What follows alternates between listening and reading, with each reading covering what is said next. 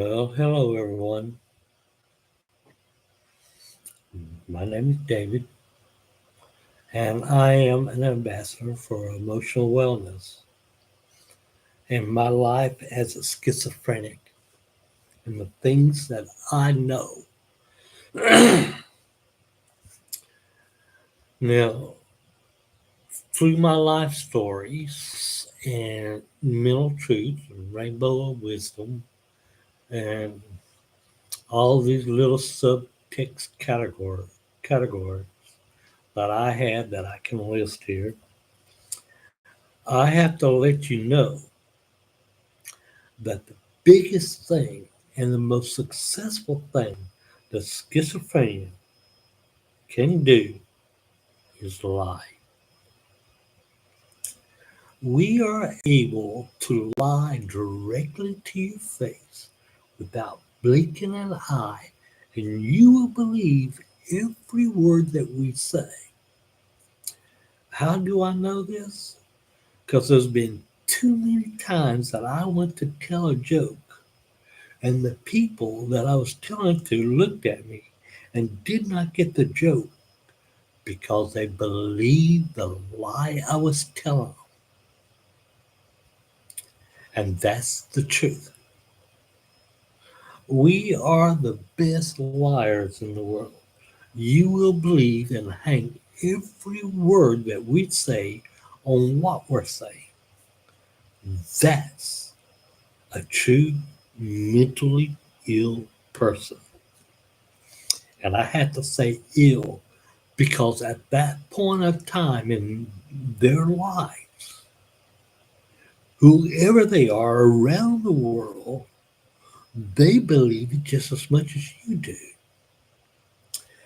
Even though they say, yes, I'm a schizophrenic, I'm living well with it, there are venues of lies that they tell themselves to make them believe it so they can tell others and make them believe it. Until they delete all the lies, they will not survive.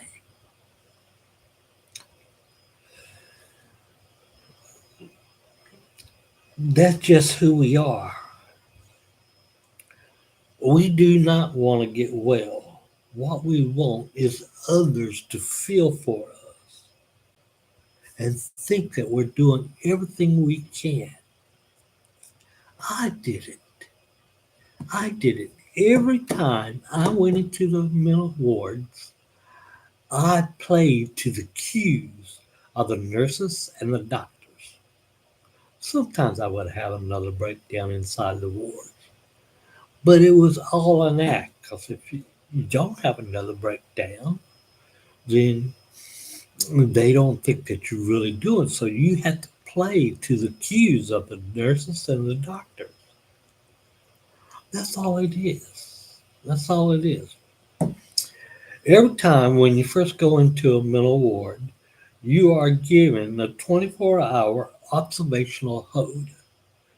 What this means that you're placed someplace where the nurses can view you 24 hours a day and your reaction what's happening in that day. Sometimes it's a little cubicle, lockdown cubicle, but they can still see everything that you're doing and they will check on you about every 10 or 15 minutes if they don't have a full view of you. The lights will never go out on you to where you can get a good night's sleep because the lights need to stay on because every 15 minutes they're going to come back and see you. Another thing is they'll have a couch right there by the nurse's station. You have to sit on that couch. You can sit up, you can lay down, you don't have to do anything else, but you cannot leave that couch until the nurses and doctor say, okay, we'll assign you with a bed. Most of the time, the beds are in a ward where there's several other people that's like you in there. So you're going in there and you assign these beds that are usually made of concrete or nailed down cots where you can't move them, get them out of there, anything. And you give them a very thin pad and very thin little thing for blankets, small pillows sometimes no pillows at all. And you're laid there. And one of your rules is every morning when they wake you up for breakfast, which is about 6 o'clock or 7 o'clock, you are to get up and make your bed. Then you cannot go back in there and lay down. After you eat your breakfast and you have your morning outing, as they used to call, this was a smoke days where patients could light one up and go outside for a few minutes to smoke a little bit. They give you that. Sometimes they didn't have the personnel. You didn't get that, but that was the norm on psych ward. And then after you have your meal, and they kind of monitor what you eat and how much of it that you eat to make sure that you're being kind of behaved in there enough to where they can say, okay, everything's all right. All the time, the doctors and nurses, they're kind of playing around, jovial with you and everything. But these are the things that they go through on psych ward right off the bat. Sometimes they don't do that because if you've been in and out of the same ward, they know you, and they don't do the 24-hour hold to where they can view you. They just know you say, okay, we're going to go ahead and assign you to a cot or a room or bed. But sometimes if you got enough money, you can have a private room, private better bed and all like that. But it's still the same things the nurses and doctors are doing. And you're still saying, excuse me, the same things to them. My longest stay was 45 days in Pueblo, Colorado, in Colorado Mental Detention Center. It was a mental hospital, but it was a detention center. From what I could gather, it looked like an old army base that they used to house shell shock veterans and people come back from the war that World War II or Korean or Vietnam War that they could house them in. And the state took over and they took a whole level of building and made it a complete psych ward. They could hold lots of people in there. Anyway, I spent 45 days in there. When I went in, it was a 72-hour hold that they had done with me in Denver, and the judge automatically held a review. A review can take up a week or longer. And once I got to Pueblo and they ship you off then to Pueblo, the judges change who's overseeing your case to somebody local. You are given an attorney, attorney to represent you, but most of the time you don't get to see them and they don't come in to meet you or anything. Sometimes they do. But when you're in there, you're pretty much in control of the nurses, the orderlies, and the doctors. And the doctors have the higher say so. And usually the doctors are got multiple patients they're having to scrutinize through. And so they spend very little time on you each time. Now they have daily evaluations with you where it's in a group setting, and the group setting is the group of you from the ward that's in your categorized underneath the same doctor go together into a central uh, um, part of the ward to where again you escorted there, and once you're in you're locked down and the door is guarded by a very strong orderly, so you're not going to be able to just get up and run out of there. But it's most sometimes the doctor is there. Most time is one of his assistants or the head nurse or somebody like that there for the ward. And they go around and they do a meet and greet with each one of you.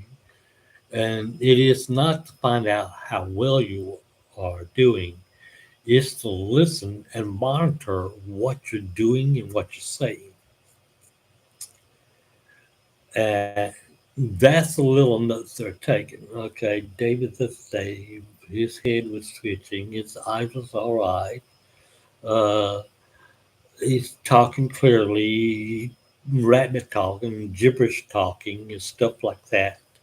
This is what they write down. They're not writing down just what you're saying.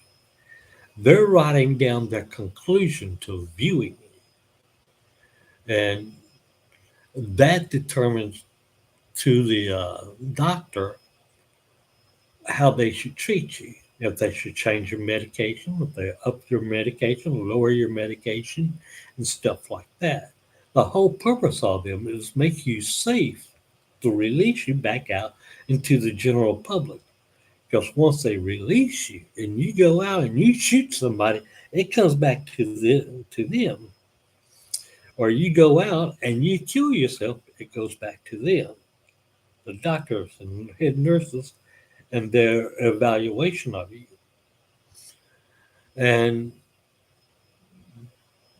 the biggest things that most of us do is learn these little cues that the doctors and nurses are doing, the orderlies are doing to observe you and write down so they can determine how long you're going to stay. And being a schizophrenic, we learn these routines without a doubt. Each uh, psych hospital, psych wards have a different mode of operation. And it only takes about 30 minutes or half a day to determine how these psych wards are going to react and to you. And it is either easy to get over, medium to get over, or hard to get over. The harder it is, the more determined your lives and successful your lives are going to be to them. Because our main goal is to please them, the orderlies, the nurses, and the doctors, into letting us out and go. Because we don't want to be in there. That's the last place. Because it's very restrictive living in a psych ward. There's things you can do and can't do in there. Things you have to do and cannot do. And sometimes the orderlies and nurses will appear to be your friends only to get information about you, no matter how little the information is or how large it is. When they go back and they have to fill out those charts on you, and the orderlies has one, the nurses have one, and they all combine them together to make a full picture of who you are and what's going on with you. Do they determine your classification inside the psych ward? Again, it goes from either being easy, mild, medium, hard, difficult, or extreme, or something like that. That's how they classify you. They're not classifying you according to your mental diagnosis.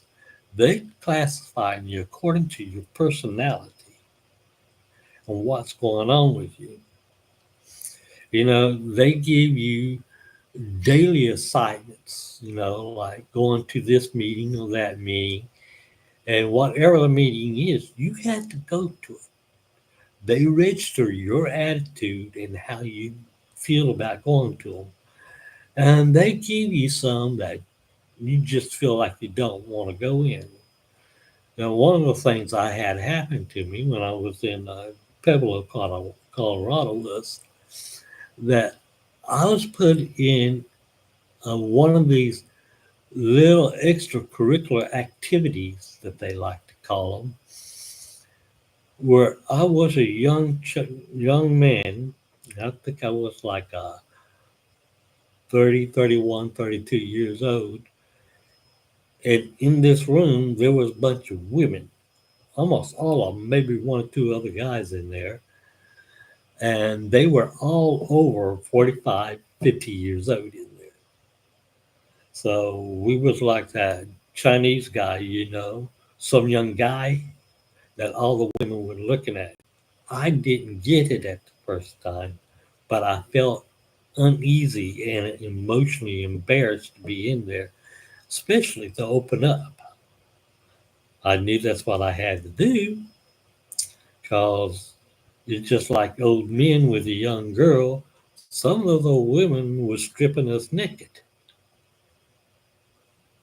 And women say, no, they don't do that. But yeah, they do. Because when you're sitting up there in a hot seat and they would have a seat right in front of the women, where when they called your name, you got up from your chair and you went over, sat down in that seat, and you subjected yourself to questions from not just the doctors, nurses, or orderlies, but from each person there. That means each patient there could ask you a question. You can refuse to answer, whatever, but it's all about participating. And that's part of the ward life in there. That's part of the things we go through. But we learn to tell lies, to manipulate the orderlies, nurses, and doctors into a favorable outcome for us to make an earlier release. Then we're assigned when we're coming out, these social settings where we need to contact our facility that can help us to adjust to our social life. This is a psychologist, psychiatrist, um, uh, case manager, and things like this that can help us adjust. We're still giving our medication. They're going to help us with it. And if you can't afford it, some of them will give it to you. Remember, this is more about your willingness to do it than force now. But you have to do it. You have to show it. And you'll have urine tests, blood tests, and stuff like that. It's sometimes the urine test is seeing what type of drugs in you. Or if you got medication in you, blood test shows what type of medication is inside you. They can do a hair follicle test, which shows um, up to 6 months or 2 years worth of drugs going into you. They can say what type of drugs were in you. But you learn these things. As a schizophrenic, we are the best liars there are out there. Manic, depression, anxiety, OCD, and all like this, other things that goes on. They learn to lie, but not like a schizophrenic. Not like a schizophrenic with multiple personalities, or a schizophrenic with high anxiety or depression or bipolar tendencies. But ones with multiple personalities, they learn real fast. And I have found out from my own experience that People with multiple personality disorder, like you can see in the movie Psycho, the guy, Jason Bates at Bates Motel, he could go from being the most lovable guy, friendly guy there is, being extreme personality, anger, upset, slashing out and killing somebody, or becoming his mother, you know, all the way around. The mother that he hated so much. Until today, according to movie reviews, the most watched and the most horrifying is Psycho and Jason Bates, the Bates Motel. They're dealing with mental illness. But each one of those are multiple personalities, and they tell a lie to each person out there to make them believe that they are a certain way. This is a lie that we can tell. Now, the only ones we can't tell a lie to, I can't tell a lie to another person that has a mental disorder of any kind because they can read the cues just as well as I can. And they can either accept what I'm saying or just brush it off altogether. They like to brush it off.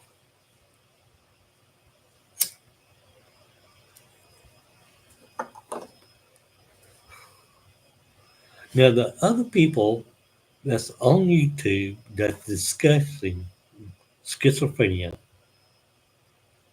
emotional things, bipolar, and all like this, they're not giving you detailed things, day by day living and stuff like that in psych ward. They're trying to give you day by day living with what they're going through. But that doesn't help them. That's on they are only continuing the lies and learning how to lie. They can appear one day as, oh, woe is me, or, oh, I didn't know I was doing that, or I'm feeling this very good about myself. I did this today and that today. These are all part of a lie. The truth is, they have not hit that emotional blockage there in their brains or push through it. Because the moment they do, something amazing is going to happen. That amazing ability is to reconnect their emotions to the world and realize that they can't tell any lies. Now, I've told some of my friends some of the truth about the things that I've gone through, and they looked at me and said, oh, that can't be true. That didn't happen. Yes, it is, because I quit lying. The first person I quit lying to was myself. And each time I told these things, it was parts of my memories coming back, and I hadn't reattached. I had a friend that I met when I first got to where I'm living at, and she helped me reconnect to my emotions, only because she too had lived the same type of life that I had. And I did not realize it, but I had been lying. And she helped me to reconnect. And the moment it did, and I tried to go back to what was happening, I couldn't. So I had to check myself into a hospital again, which I did, but I quit lying to myself. And I finally, after quite a few years of research and looking into all these different things, different beings, and I would not let somebody pay me or stuff like that because I need to do this on my own. And I would not let anybody else come in and try to dictate or say what was going on in me. I had to do it myself.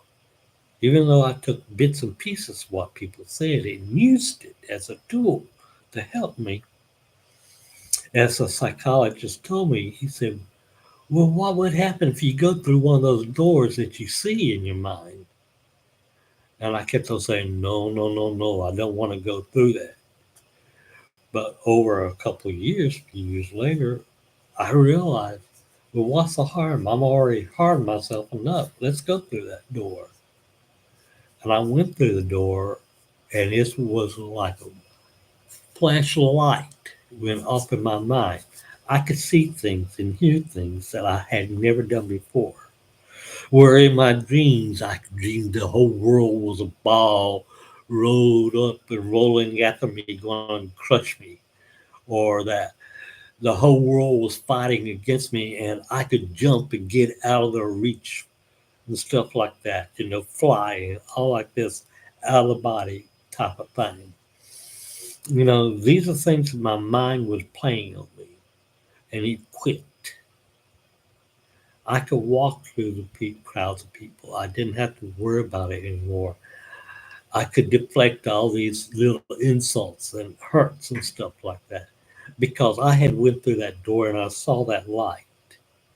I connected back emotionally with myself before I went through the door. And then when I went through the door and I saw all this stuff going on, I started healing. But I stopped telling the lies. Each and every one of you out there on YouTube, I listen and I hear what you're saying. But you're playing the same lying game that I play. You have not gone through those dark places. You have not broken down those walls. You have not opened that door. You only think you have. Remember, there's a lots of doors in your mind, and lots of them are false. They're not real doors. You just think they are, because these are lies that you tell to yourself. These are lies I tell to myself. Until you go back and you attach yourself back to your emotional wellness. And that's the reason why I call it emotional wellness or emotional detachment. It's not mental illness. You have to attach yourself back to the emotions of who you are before you start getting better. Then you can't get rid of the schizophrenia because it's there permanently in your life. But you can see past the lies that you tell yourself, or ones you told in the mental hospitals, on the mental wards, to doctors, nurses, orderlies, all the government agencies, and all like this. You can stop all those lies and finally face the truth. It hurts, but there's always hurting. And you're doing that now, so why not? Anyway, I've gone longer than what I normally go. Hope that y'all enjoy that. If you'd like to do a live stream with me, click the like button. You don't have to tell me your name or anything like that. Just give me a thumbs up. You don't have to subscribe to me, and I'll plan a time when I know everybody's around and y'all can connect to me. One by one, I'll talk to as many as I can and answer your questions as best I can. I will not tell you no lies, but I feel like you're telling me a lie, I just pass you off and let you go. Anyway, this is David, as an ambassador for mental wellness, saying y'all have a good day. Thank you for watching.